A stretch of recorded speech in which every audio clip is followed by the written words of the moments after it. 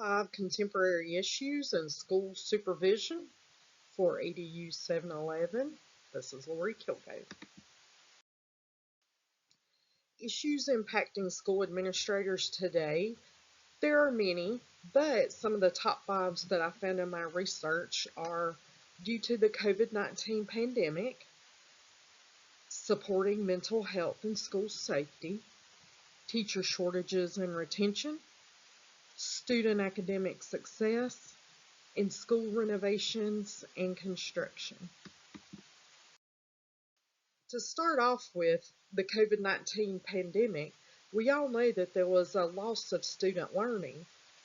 This was due to students being on lockdown, having digital learning opportunities, and really not taking full focus on those digital learning opportunities. There has been a decrease in such things such as literacy and math skills that has really shown long-term effects for this loss of student learning. There's also negative impact on students' social and emotional needs. Students really had been making a lot of gains pre-pandemic in oral communication, level of self-management, and higher self-esteem levels. But the pandemic really created a setback in this 21st century learning. A lot of this was just due to the plexiglass learning and PPE having to be used. It really reduced that collaborative learning in the classroom. With the student loss in social and emotional needs, this was really due to the lockdown and confinement, and this really has become a long-lasting issue. It also has increased student absenteeism post-pandemic. There's also an increase in the use of distracting devices. These were very necessary during the pandemic.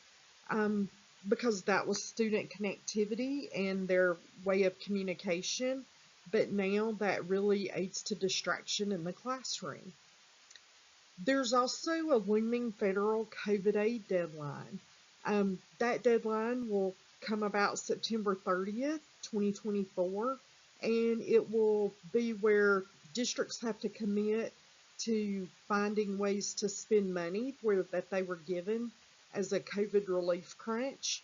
That was $190 billion in funding. This is an ESSER deadline. ESSER stands for Elementary and Secondary School Emergency Relief.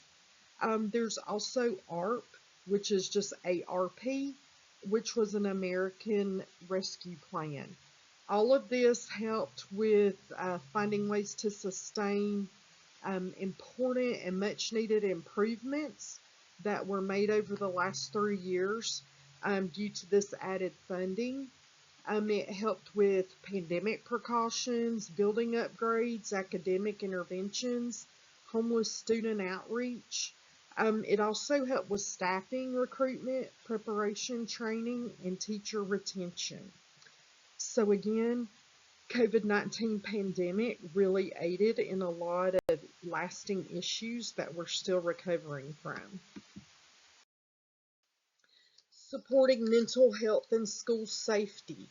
This is really in the forefront for school leaders and supervision.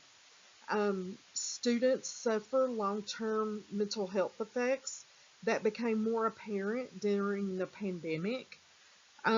So with this, we really need to have clean and inviting environments. This includes CDC recommendations in the post-pandemic era. But with this, we can also help to improve access to school-based mental health programs. And we want to train school staff in things such as school crime prevention, school violence prevention, and school emergency planning.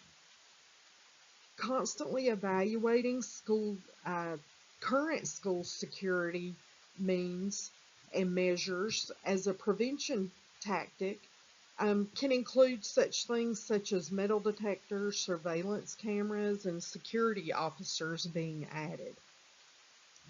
The number of students experimenting with drugs and others bringing weapons to school are signs of a national youth health crisis that's playing out, and leaders and school teams and teachers need to work together to ensure students are involved in such things as the arts, athletics, clubs, and other extracurricular activities to help them feel involved and to help with mental health.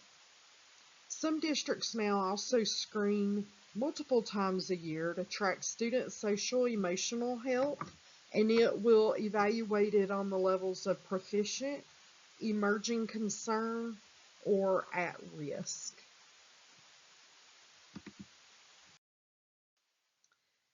Teacher shortages and retention. Um, we had a lot of loss of staff during and post pandemic, and that is even continuing today. Every student deserves access to a well prepared and well supported teacher. And with this, we want to start with stabilizing the profession. Uh, Again, this goes back to the American Rescue Plan that helped with recruitment, preparation, training, and retention. The ESSER funds also were involved in that. And again, altogether, that was $190 billion. Education preparation is key as well to help develop uh, educator education programs in colleges and universities to attract current college students into the profession of education. Also, improving compensation. Increasing pay is critical and effective in recruitment and retainment of teachers. This will also help to balance out uh, and making teacher pay more comparable to other college graduates and decreasing that pay gap. Also promoting teacher career ladders through professional growth opportunities that will help in teacher recruitment and retention. Such things such as distributive leadership models where teacher-led instruction improvement efforts, shaping school-wide policy and climate, and leading PLCs, even master teacher programs for development of other educators, mentorship programs, and coaching other teachers. Professional learning is also important in that, especially with new teacher recruitment or new teacher training, I should say. Um, if a new teacher feels truly supported, they're more than likely to stay on the job. And with that, it can be job embedded professional learning programs for all teachers. And new teachers can be supported with induction programs and mentorship programs within their own building and county. High quality PL is critical in teacher retention and maximizing the impact on student achievement and positive outcomes. Student success, turning the tide on academics. As discussed before, absenteeism has been increased since the um, pandemic. And really, with this, we see some issues with grading. And so then that kind of pulls in the evaluation and consistency of the grading policy, where to make sure students are if they're absent, then their grade basically needs to reflect that. And a lot of these students are still receiving A's and B's. We really need to look at how literacy and math scores have really dropped. And this has caused, especially the American teenagers, to not be as competitive with their international counterparts. And this in turn goes to really serving the whole child And with assessments, really holding those accountable. It's also really assessments that's often noted that um, they don't really take into fact for experiences of the whole student, such as race, background, poverty levels, disability, ELL, and trauma. And really, this we need to make this system about spotlighting opportunities and really instead of really hammering punishment to districts, so that the whole child can be served and served well. The last one is school renovations and construction. Oftentimes there are funding constraints, but and this can put a lot of stress on um, leaders.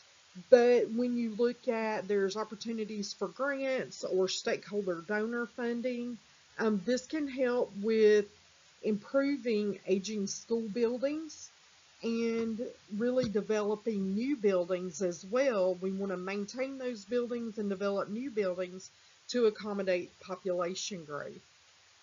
Learning environments create a positive impact on students, and it can really have a profound effect on student lives and create a more engaging learning environment.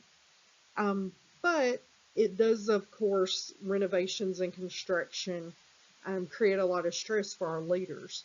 But in the long run, we have to look at that benefit to student learning.